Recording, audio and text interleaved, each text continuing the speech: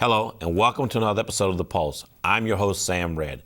April 4th, 2013 marks the 45th anniversary of the assassination of Dr. Martin Luther King Jr. On this episode of The Pulse, we will feature and highlight those persons who are carrying on Dr. King's dream. So don't go away. You don't want to miss this episode of The Pulse.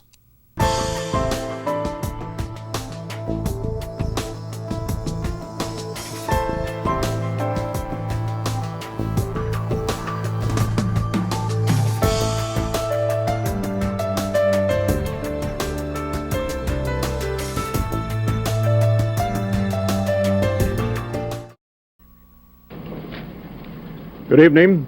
Dr. Martin Luther King, the apostle of nonviolence in the civil rights movement, has been shot to death in Memphis, Tennessee. Police have issued an all-points bulletin for a well-dressed young white man seen running from the scene. Officers also reportedly chased and fired on a radio-equipped car containing two white men. Dr. King was standing on the balcony of a second-floor hotel room tonight when, according to a companion, a shot was fired from across the street. In the friend's words, the bullet exploded in his face. Police, who have been keeping a close watch over the Nobel Peace Prize winner because of Memphis' turbulent racial situation, were on the scene almost immediately. They rushed the 39-year-old Negro leader to a hospital where he died of a bullet wound in the neck. Police said they found a high-powered hunting rifle about a block from the hotel, but it was not immediately identified as the murder weapon. Mayor Henry Loeb has reinstated the dusk-to-dawn curfew he imposed on the city last week when a march led by Dr. King erupted in violence. Governor Buford Ellington has called out 4,000 National Guardsmen. And police report that the murder has touched off sporadic acts of violence in a Negro section of the city. In a nationwide television address, President Johnson expressed the nation's shock. America is shocked and saddened by the brutal slaying tonight of Dr. Martin Luther King. I ask every citizen to reject the blind violence that has struck Dr. King, who lived by nonviolence. Dr. King had returned to Memphis only yesterday, determined to prove that he could lead a peaceful mass march in support of striking sanitation workers, most of whom are Negroes. Dr. King had this to say last night about the situation in Memphis. Maybe I could understand the denial of certain basic First Amendment privileges because they haven't committed themselves to that over there. But somewhere I read of the freedom of assembly. Somewhere I read of the freedom of speech. Somewhere I read of the freedom of press. Somewhere I read that the greatness of America is the right to protest for right. There was shock in Harlem tonight when word of Dr. King's murder reached the nation's largest Negro community. Men, women, and children poured into the streets. They appeared dazed. Many were crying. A young Negro said Dr. King didn't really have to go back to Memphis. Maybe he wanted to prove something. Welcome to The Pulse. I'm your host, Sam Red. As you are quite aware, Dr. King was a strong advocate for nonviolence. Joining us now is Councilman Brandon Scott of the 2nd District, and is someone who's doing something about it. Councilman, welcome to the show. Thanks for having me again. So let's talk about what you're doing in your office right now when it comes to gun control and violence in our community.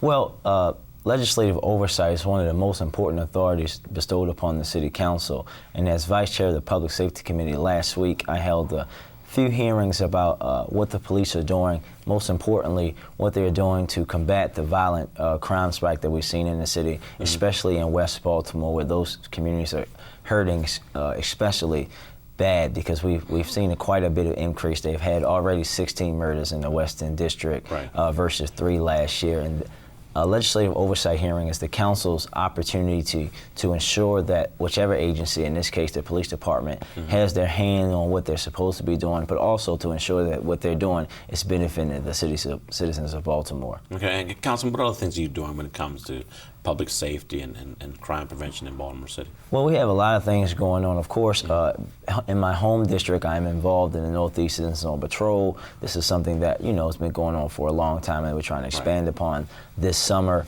All the community associations in my district and all of Northeast Baltimore will be combining to do what we call the Northeast Super Summer, where we'll be holding events to try to keep the young folks in the community occupied, to show solidarity as one district and show that communities can come together in a safe manner in the summertime, especially when we have normally have violence. Okay. Now, this whole show is about the legacy of Dr. King and his dream. And Dr. King was a young man when he got started off doing protests, and you're considered a young leader in our city, as well as Mayor Stephanie Rawlings Blake and other young leaders in our city. Let's talk about you, how you got involved in politics, and what made you aspire to be a representative in the city.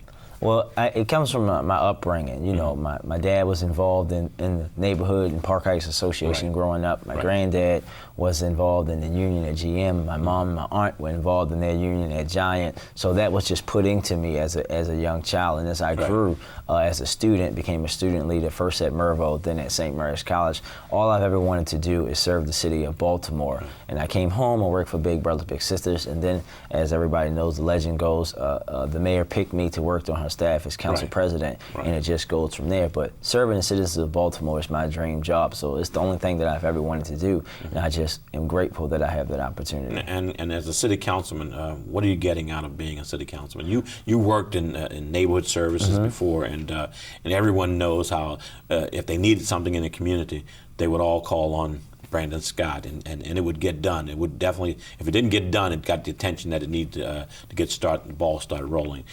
As a city councilman, what are you finding out as a city councilman?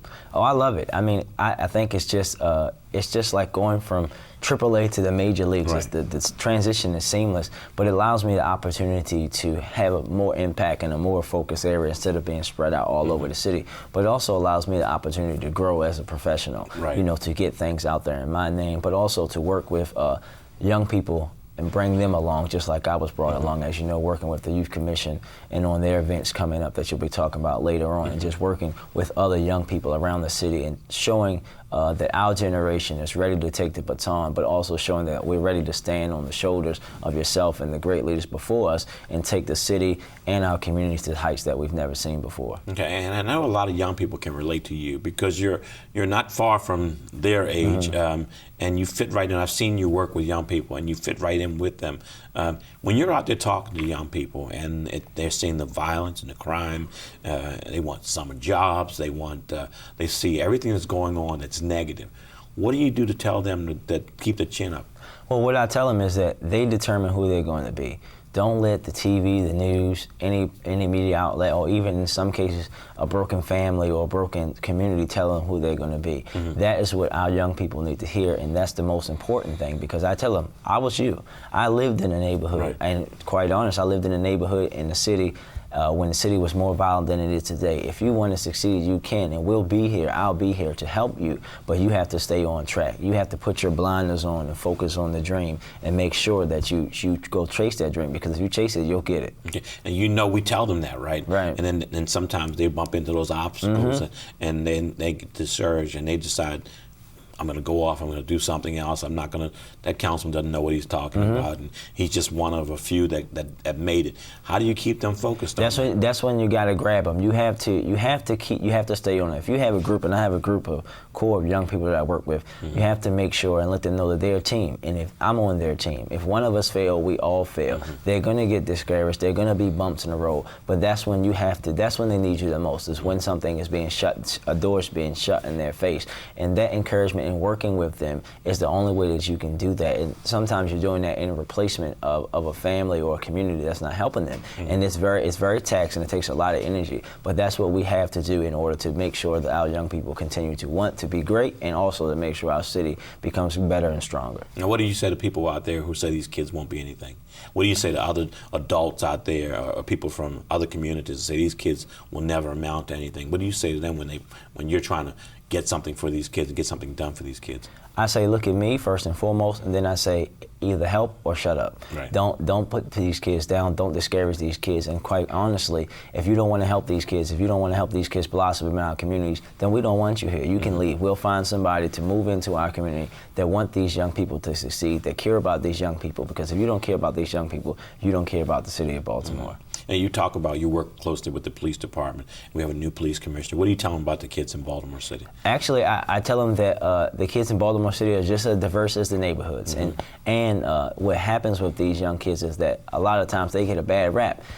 Older people say this is what these young people want, but they don't talk to them. And he actually took that advice and went and talked to these young folks, and I'm trying to get him to talk to another group coming forward to understand before you can police, before you can teach or educate, or before you can mentor these young kids in this community, you have to first understand the culture and the environment that they live in.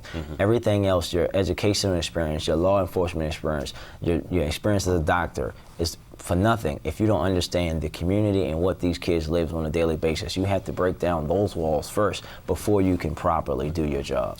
Councilman, if somebody wants to have you come and talk to their kids or come to their school or the community group and they want you to come, how can they reach you and get you to come out? They can reach me by phone at 410-396-4808 or at brandon.scott@baltimorecity.gov on my email. Okay, anything exciting coming up that you want to talk about from your office or?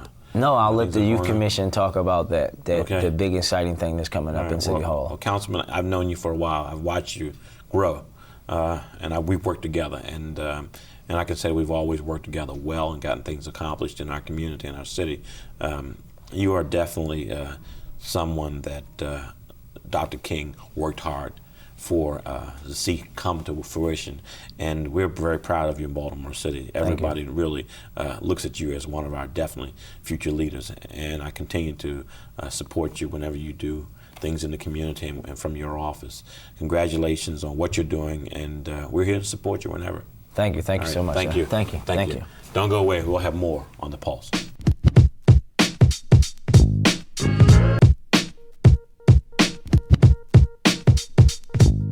Welcome back to The Pulse. I'm your host, Sam Red.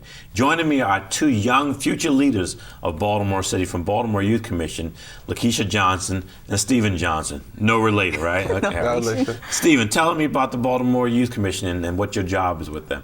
Well, the Baltimore City Youth Commission is used as a vessel for youth in Baltimore City to provide advice and make recommendations to Baltimore City Council and to the mayor's office on major things that directly impact youth of Baltimore City. So the Youth Commission was designed to be especially a mirror image of the actual Baltimore City youth, the Baltimore City Council. Okay, and what do you do there? With the Baltimore City Youth Commission, I'm a citywide youth commissioner, which basically allows me to look at all of the councilmatic districts in Baltimore City and to be able to decide what needs the youth have, whether they want to see different things in the educational setting, whether it's health awareness, whether it's just recreational needs. So I'm not just limited to one part of the city. I'm actually allotted to go around the whole city and see what the youth need. That's a pretty big job. It is. And how you handling it? Handling it well. We have a great team around us. We have a great support system, great advisors, and so it's an awesome experience. Okay, all right. And Lakeisha, tell me what your job is with the commission. Well, I am one of many hats. I am currently the special events and partnerships coordinator. So the We Are the Dream event, with the help of myself and along with some others, we've been able to put this big event together. I am also the 3rd District Youth Commissioner, which means I am solely representing the 3rd District of Baltimore City. Okay, so each district has a youth commissioner? Yes, and then we also have some deputy commissioners also. And how are you selected to be a youth commissioner? You have to apply, and once you apply, you have to come in front of the board for voting and questions, like a basic interview. And once you are accepted, you can be sworn in by the mayor. Okay, and how long have you been with the commission, Steve? We came in doing almost about a year now. How long is your term? It actually goes for 4 years. Okay. So it's definitely awesome, and it gives you chance to come in and get acclimated with your councilmatic district, meet people in City Hall, and try to figure out how a youth commissioner should go about doing his or her job or duties. Right. Now, Lakeisha, you all got a big event coming up soon. Yes. And a couple of months ago, Dr. Phil Leaf at Johns Hopkins brought up this whole program to me about what's going on. And in this whole area, we're focusing on the anniversary of the assassination of Dr. King. We're trying to focus on the leaders and the dream of Dr. King. So you all got something really special going. Tell me about it. So basically, the Wheel of the Dream award ceremony will be the culmination of a week long of publicity and also another event that will happen on April 4th with Hassan. And he's going to be taking a group of students to the Washington Monument, Washington, to see the monument of Reverend Dr. Martin Luther King Jr. Well, with the Baltimore City Youth Commission, the culmination event will be the award ceremony. We'll be honoring 20 young professionals in the Baltimore City area between the ages of 18 and 30 who demonstrates the late Reverend Dr. Martin Luther King's dream, who service their community, who are dedicated to the youth, and who are just strong-willed about standing up for whatever they believe in. And who are some of the students, and tell me what allowed them to be selected to be honored? Well, basically, we had an opportunity to put on our Youth Commission page, which is on Facebook, and the community nominated 8 recipients. So we wanted the community involvement in this process. And then the other 8 was just selected randomly. But then we received so much more, nominations from off of like internet and email. We had exactly 20 individuals who were honored. And this event on the 4th, why was the 4th any particular reason why you picked the 4th? Most definitely. The 4th is the assassination day of Reverend Dr. Martin Luther King. That's the day that he was assassinated on. All right. And at this event that day, tell me what's going to take place at the event. We'll have an award ceremony in the beginning in the Clarence D. Burns Council Chambers. Starting at 5:30. So the event, we want everyone to be there around about 5. 5:30 event will take place. And then after the award ceremony, we'll have people from the Stevenson Gospel Choir to come and sing the national anthem. We're going to try to get a jazz band for the reception afterwards, after the award ceremony, which will be in the Kern Room. And we'll have like light refreshments, an opportunity for all the young professionals to network with some of the dignitaries that will be there from the city council, some from the Senate, and maybe even the mayor and city council president. Now, you all were never born. You weren't even born when Dr. King was assassinated. What do you know and what do you hear about, Stephen, about Dr. King? What makes you get involved and want to be a part of the dream? Well, I think, and I know, I shouldn't even say I think, I know that Reverend Dr. Martin Luther King was a great person, a great man. The morals that he stood upon, the way that he was able to join people collectively and say, hey, there's some issues out there and they directly impact us. And who's going to do something about it? Right. So if you're not going to do anything about it, I'm going to shout to the mountaintops and bring everybody with us, and we're going to say, hey, let's go ahead and push to end segregation. Let's go ahead and begin to move these mountains that were put in our way to separate us from other ethnic groups and to keep us separated. So I believe that because he set that, in motion, that I should definitely go behind and follow it.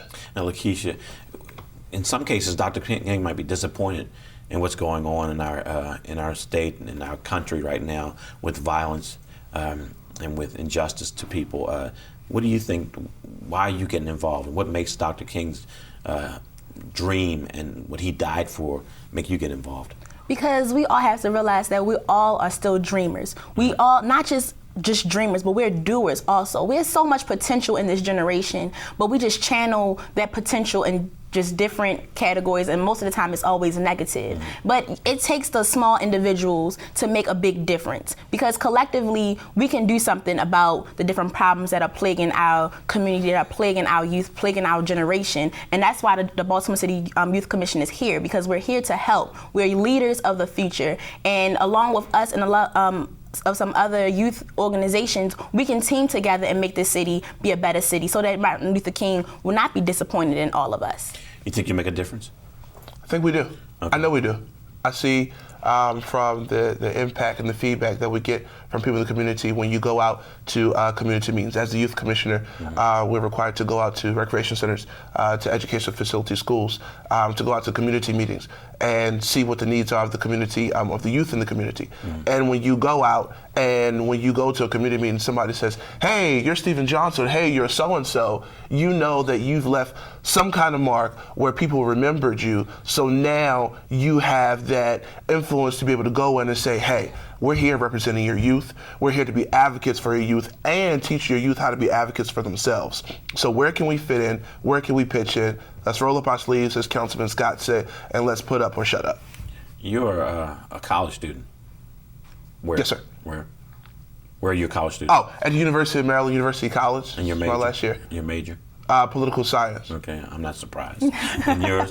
I attend the University of Maryland, Baltimore County. I'm a junior, and I'm also a political science and sociology major. Now, tell me a couple of other things that the Youth Commission has done in the community. I think you do something with a toy drive or something at Christmas time? Yeah, this past Christmas, the Youth Commission was involved in the toy drive. We believe in giving back to the community in all facets. We are broken down into several different committees. There's education, there's our health committee, there's our recreation and mentoring committee.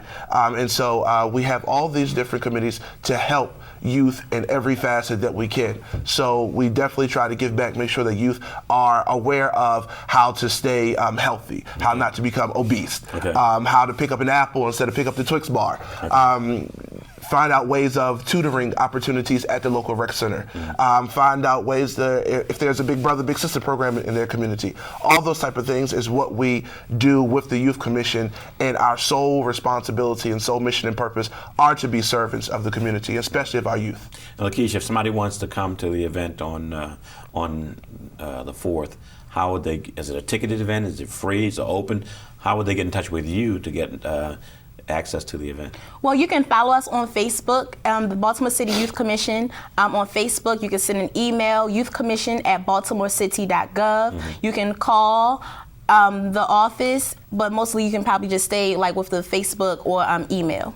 So, and if another student from a school wants to get involved with the commission, how would they do that? You can send us a Facebook message or email. Everyone is on Facebook, on email, so most likely it's all electronic.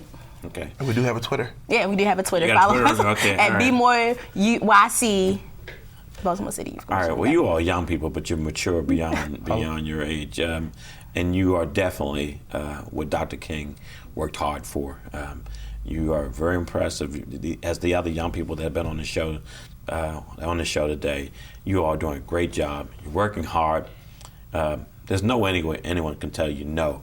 You got to get involved out there in the community, and I think our future is safe with you guys.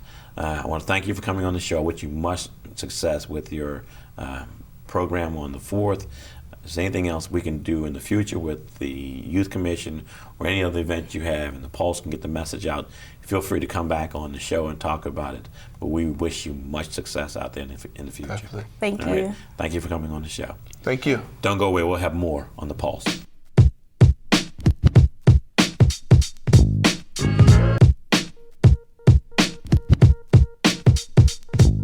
Welcome back to the Pulse. I'm your host, Sam Red. Joining me now are two of the awardees for the We Are the Dream campaign. Welcome to the show. Thank you. So tell us who you are and why you were selected for the awardee for the campaign. My name is Elisa Brumis, and I'm the mentor coordinator with the U.S. Dream Academy. We are a national nonprofit after-school program that works with students who have a family history of incarceration, really trying to break that cycle of incarceration in the community. So here in Baltimore, we're over in Park Heights. We're at Pimlico Elementary Middle School, and we're working with students in 3 areas. We work in skill building, in character building, and in dream building. And then in conjunction with that, we also have a mentoring program. So we're working to match all of our students with a caring mentor from the community who can really help them find their skills and talents and really reach for their dreams. Now, this is a national organization? Yes. And where are you headquartered from? Our headquarters are actually located in Columbia, Maryland. Okay. And how long have you all been in Baltimore City? We've been in Baltimore City since 1998. Is that right? Yep. And where do you get your kids from? We get our kids from Pimlico Elementary Middle School, but we also accept students from other elementary and middle schools as well. Okay. If someone wanted to start, or are there city lines? Do they have to be from one side of town, or Nope. can they be from all Nope, not at all. sides of town? Yep, we'll take anyone. And is there a cost for these kids to come to your program? Absolutely not. It's completely free. And where do you get your funding from? We mostly get our funding through private grants. We also get a lot of our funding through the OJJDP, Office of Juvenile Justice and Delinquency Prevention. And then here in Baltimore, we have a partnership with the Family League, which we receive a lot of funding from as well. And if somebody wanted to get a kid involved with your program, how would they reach you? They could contact us online, www.usdreamacademy.org. Okay. And you were selected to be a part of the We Are the Dream campaign. Yes. Well, congratulations. Thank you so much. And tell us who you are, young man. Yes, my name's Jermaine Jones. I'm the business manager for LIONA, a labor union, Local 710 here in Baltimore. As business manager, basically I run the union of 700 members who work in construction throughout Baltimore, you know, and just trying to make sure people have, you know, fair wages, treated fairly on the work site, you know, keeping jobs safe. And things like that. But lately what we've been doing is partnering with the community. You know, I've realized that unions have a lot of resources, and there hasn't always been that relationship and partnership with unions in our community. And what I wanted to do as business managers is help extend a lot of those resources we have to our community, such as training, as for GED training, and also training in construction to help create that path to the middle class and create opportunities, because there's a tremendous amount of construction going on in the city, and it's a lot of opportunities, and the dots aren't always connected on making sure our residents and even our young kids are given opportunities to some of these jobs, you know, because the reality is every kid isn't going to go to college nowadays. You know, but we still need to make sure we provide opportunities where, you know, they can make an honest living, where they can one day buy a home and take care of their family. Okay. And you're an awardee also. Yes. Congratulations. So tell me, when you're not working, what else do you do to get involved in the community? I know you ran for city council. Yeah. And I understand you did a very good job in running. Was that your first time running for political office? Yes, it was. It was. I also like to stay involved in my community, you know, because you got to take care of home as well, you know, and make sure that, you know, your community is getting the resources that it needs, because it's up to us to take care of our community. Right. You know, so when I'm not working, just staying involved in my community, can't stress that to my members how important that is, and even other people in my community, making sure, you know, it's clean, making sure, you know, we have the resources we need. So, and just talking to our neighbors and make sure we have a plan. Right. And Alicia, I think that you probably live and breathe what you do, huh? Yes, very much. So when you're not working, you're still doing what you do when you work, right? Yes, exactly. When I'm not working, I'm still working, trying to recruit mentors and trying to ensure that all of our kids are matched up with someone. Where do you reach out and get your mentors from? All over, actually. We reach out to a lot of colleges, and we also try to forge relationships with different businesses who will allow their employees to have an hour off to come and mentor with us. All right. Well, I tell you, the campaign has picked and selected some very talented young people to be awardees at their event on the 4th, and we congratulate you and commend you on the work that you're doing in the community, and the fact that you do it for a living, and then you turn around and leave your job and do it again in your free time. That says a lot to where your dedication lies, and we congratulate you on your being awarded, and we congratulate you on the work that you're doing in the community also. Thank you. All right. Thank you very much. All right. Don't go away. We'll have more on The Pulse.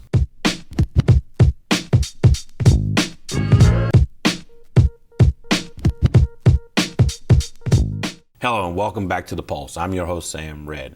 In keeping with the nonviolence and working with the community to keep violence down, there are groups and people out there that are doing a lot of things. One of those groups is Baltimore Intersection. With me now is Zeke Cohen of Baltimore Intersection.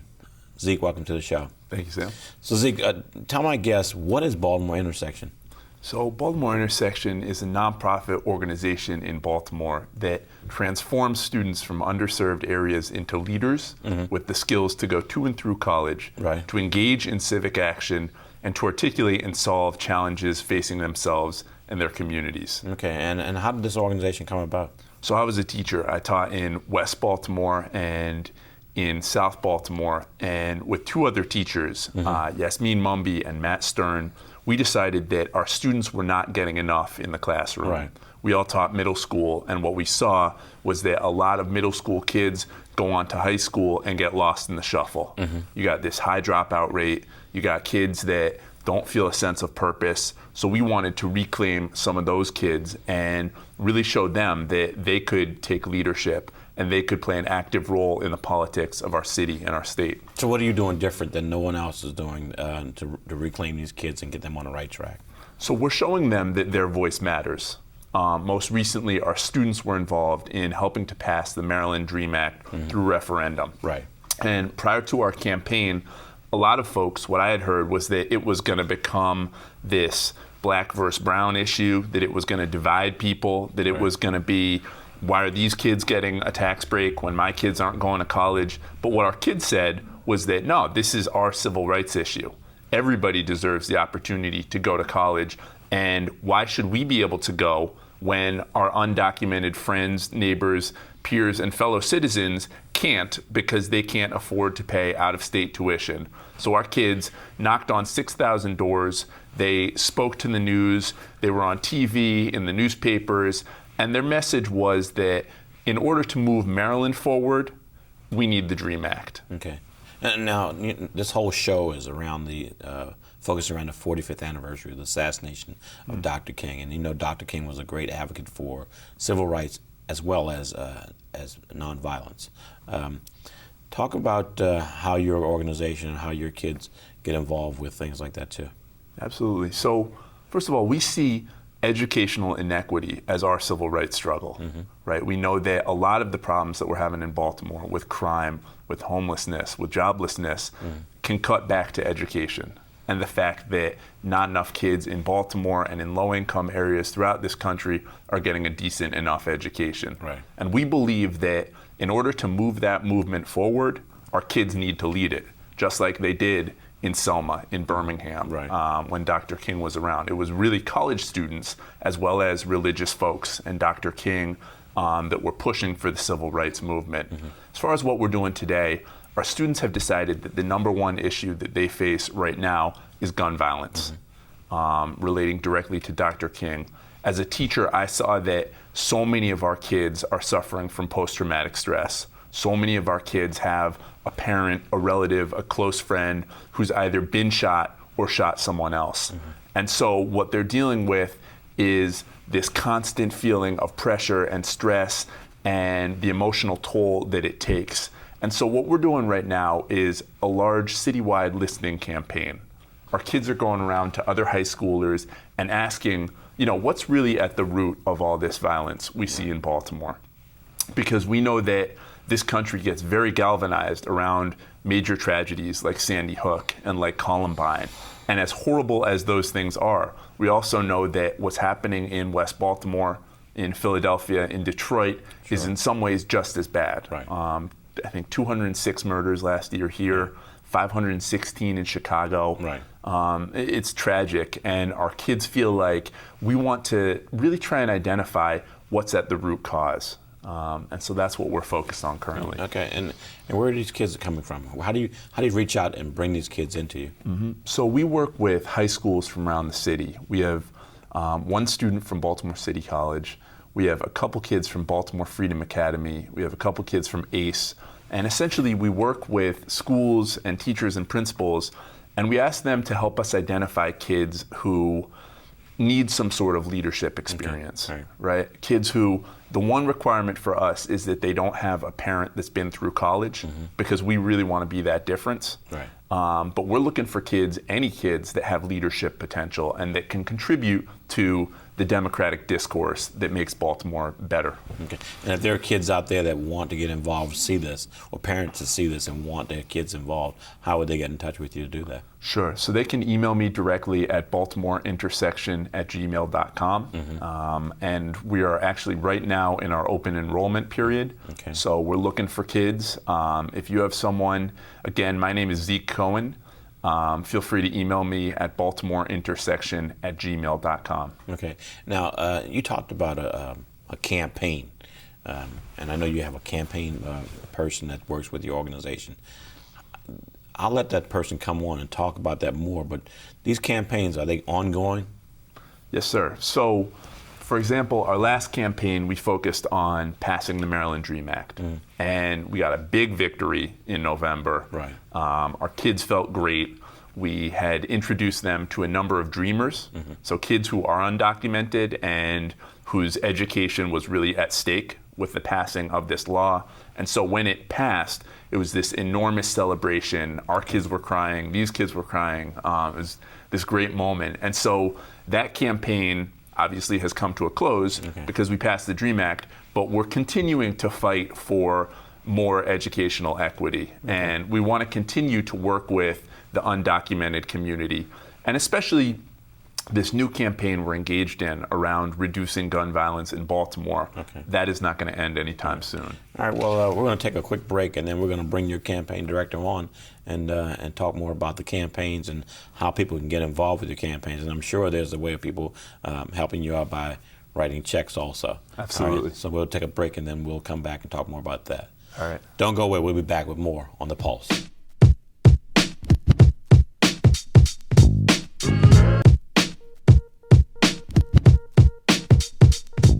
Welcome back to The Pulse. I'm your host, Sam Red. Joining me now is Jared Solomon of the Baltimore Intersection. So Jared, tell me, you're the campaign guy.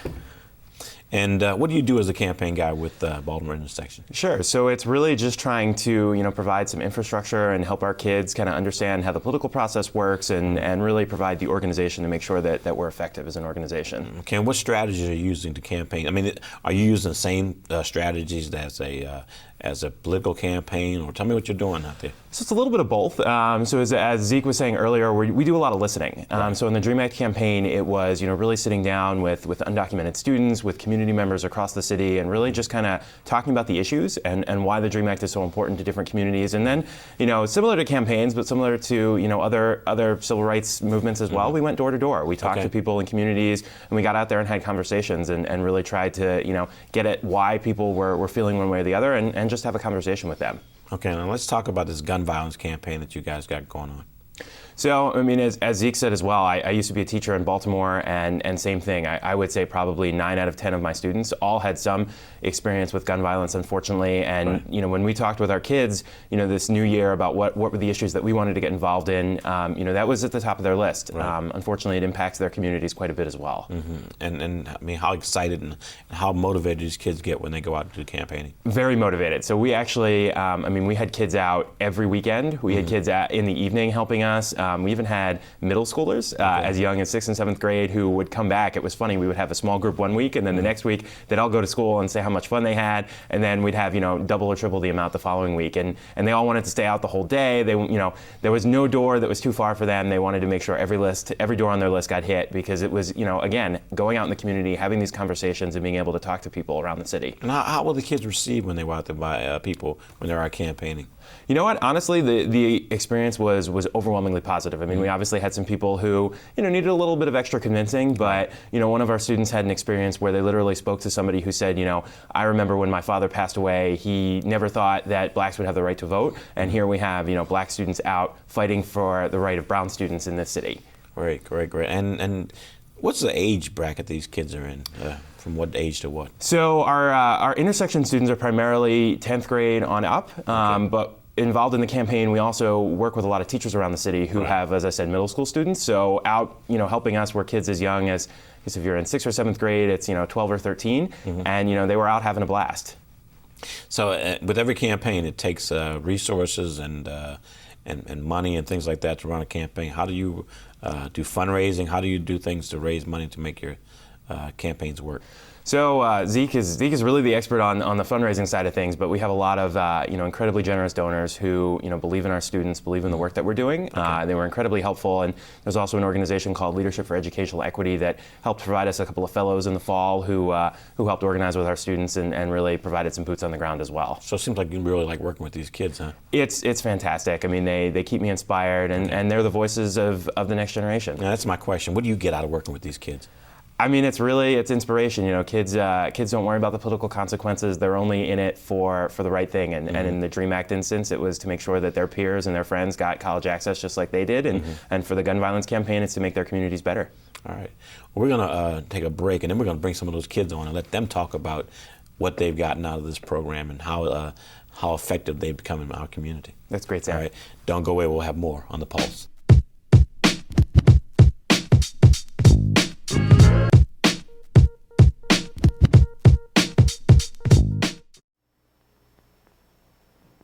My dearest friend is now in the hands of the eternal God. We therefore commit his body to the ground. The cemetery is too small for his spirit, but we commit his body to the ground. The grave is too narrow for his soul, but we commit his body to the ground. No coffin, no crypt, nor vault, no stone can hold his greatness, but we commit his body to the ground. We commend his deeds to all mankind, his services and sacrifices to all generations. We commend his legacy of courage and love to ourselves, our children, and our children's children. We commend his life to the universe. We give thanks to God who gave us a leader to heal the white man's sickness and the black man's slavery. We give thanks to God who gave us a peaceful warrior, who built an army and a movement that is mighty without missiles, able without an atomic arsenal, ready without rockets, real without bullets, an army tutored in living and loving and not in killing. We thank God for giving us a leader who was willing to die, but not willing to kill. Peace be to his ashes, and rest to his soul.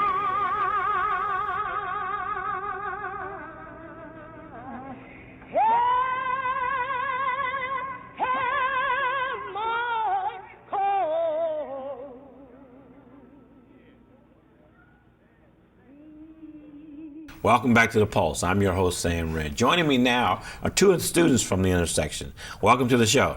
Thank you for having us. So my first question is to Takira White. Tell me how you got involved with the intersection. Well, it was the summer before I was going to 10th grade, and I was dealing with my grandfather. He had just been diagnosed with stage 4 cancer. And so my cousin figured that it would be a good way for me to get my mind off of things. And I was under the impression that we were building a garden. So I come in with my work clothes, ready to get down in the dirt, and all I see is a picture of Malcolm X on the screen. And I'm like, well, what does he have to do with gardening? But, you know, I decided to just stay. It seemed like it was a wonderful group of people, everybody smiling faces, and I felt like it was that positive energy that I really needed, especially during that time. So I stuck around, and lo and behold, we registered 118 voters our first year. We ended up building a garden finally. We met so many different people, all of the candidates that were running for mayor, and we also had a photo exhibition, photojournalism exhibition. And all of these things kind of made me want to keep going. The thought that I could help my community and do something positive, it really struck a chord with me. All right. So Ms. Danya Johnson, tell me about how you got involved with the intersection. Well, I literally stumbled upon the intersection at a really difficult time in my life where I was just feeling horrible about everything, not doing well in school, not doing well at home, just generally not doing well. The intersection was having a meeting in the library, and my friend who does sports was recommended for the intersection, and because she does sports, she couldn't do the intersection. But pretty much I just went, and the conversation was great, and it was just students who were like-minded, and it just made me feel good about the atmosphere. Okay, and we talked earlier about the campaigns that you all have been involved with, and one in particular was the DREAM Act. So tell me about that one. Okay, so last year, this was around the time we were trying to figure out what did we want to do or pursue as our project. And we met with a man named Mr. Travis, and he was telling us about the DREAM Act, and immediately we knew that it was something that we wanted to do. Because not only did we feel a strong sense of urgency or we needed to help, but we felt that it was kind of like our way of it was our way of showing that we care about civil rights. Right. And we saw it as a civil rights issue because you're denying people who've been in America all their lives. This is all that they know. And you're telling them that they have to pay out-of-state tuition when they've been in Maryland schools their whole lives. And we felt that it wasn't fair. These are American students, so why shouldn't they be treated the same way that everybody else is treated? Okay. And so it was our fight. We felt strongly about it, and so we decided to pursue it. And you were victorious? Of course we were. A 2-to-1 vote. It was so, I don't even know how to explain it, but it really took us back a step. And it just let us know that we might be students, but we're powerful. We have a voice, and it really, as a group, we felt a sense of accomplishment, a sense of overwhelming joy. Okay. Danya, tell me about the gun violence campaign. Right now, we're working on a gun violence legislation campaign. We went to Annapolis for a rally to support Governor O'Malley's proposal for the gun violence legislation, which was that people who own guns had to go get background checks and fingerprints and just protective measures to ensure that everybody in communities are safe. Gun violence is just, right now, it's just a disease in America. It's a disease in Maryland. It's a disease in Baltimore. It's something that we as students feel so strongly about because we have been affected by it so much. It's not fair that any child should have to go to school or go to the movies, or any parents have to send their kids to a kindergarten and worry about their safety. These are places that should be safe, and we are working on that. And you feel like you have a voice? I know that I have a voice. As Takira said, we worked with the DREAM Act rally, and it wasn't something that I was always sure about, but working with different campaigns, working with the DREAM Act, going to the Baltimore Education Coalition, educational equity campaign, all of these things have just showed me that if you use your voice, then you have it. And that's what I know about myself. Where are you a student? The Baltimore Freedom Academy. What grade are you in? 11. Takira, what school are you at? Baltimore City College. And what grade are you in? 11. Okay. Now you know when you said Baltimore City College. Okay. But look, if another young student out there, you knew someone who wanted to get involved, what would you tell them about getting involved with the intersection? Do it. Do it now. Right. It's definitely something that's worth your time. If it's one thing that I can say about the intersection is that they are people who care. We are basically a family. All of us, we don't look alike. We come from different backgrounds, but we all have one goal, and that is to make everything better. Okay. Just better. When you graduate from high school, will you stay involved with the intersection? Of course, because I'm an intersection alum, and I'm proud to say so. Okay. But pretty much the intersection, my mom always says, there are people in your life for a reason, a season, and a lifetime. And these relationships that we build are lifetime relationships. The people that we meet are people that we intend to stay connected with for a lifetime. So. Yeah. You all you got me floored. I mean, because you two young ladies are amazing, and I'm sure that the rest of the students in the intersection are just as great as you all are. But you all making a difference at such a young age that you all are definitely the dream. You are, what Dr. King died for, and there are other people who will definitely believe in you all, and you will make a difference already at this age. You're definitely going to make a difference down the line. And I want to commend you all on the great work that you're doing. Don't give up. I know sometimes it gets rough out there, but don't give up. You got the attitude and you got the drive to continue to do it. And I want to commend you all and your leaders in your organization. And anytime we can help you here to get the message out from the intersection, please feel free to give us a call. Thank you. All right? Thank you. Don't go away. We'll have more on The Pulse.